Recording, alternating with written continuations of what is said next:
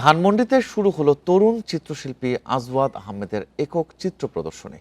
কৃত্রিম বুদ্ধিমত্তার যুগে তরুণদের ছবি আঁকার বিষয়টিকে ইতিবাচক ধারা মনে করছেন চিত্রশিল্পীরা। 24 ডিসেম্বর পর্যন্ত সবার জন্য উন্মুক্ত থাকবে এই প্রদর্শনী।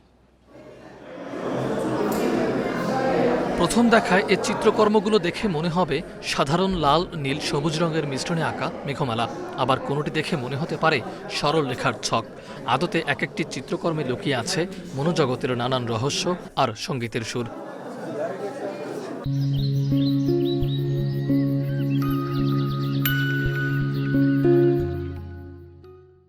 বৃহস্পতিবার রাজধানীর ধানমন্ডিতে শুরু হয়েছে শিল্পী আজওয়াদ আহমেদের চিত্র প্রদর্শনী। জলের অনুভব আছে, এই সব কিছু মিলেমিশে তার ছবিতে এই জিনিসটা ট্রান্সলেট হয়েছে। যার জন্য ড্রিপিং কখনোই জ্যামিতি খুব স্পষ্ট স্ট্রাকচারে দাঁড়ায় না।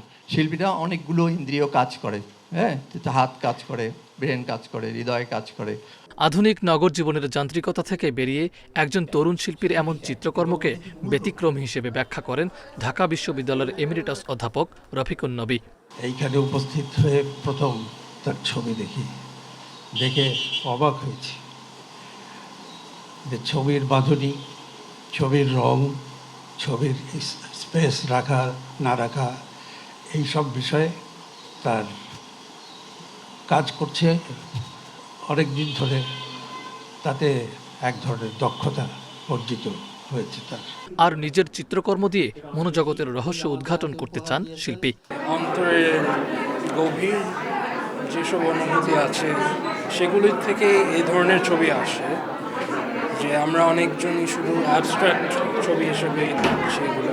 এ প্রদর্শনী উন্মুক্ত থাকবে আগামী 24 ডিসেম্বর পর্যন্ত। মাহফুজুর রহমান মিলন, ইন্ডিপেন্ডেন্ট নিউজ, ঢাকা।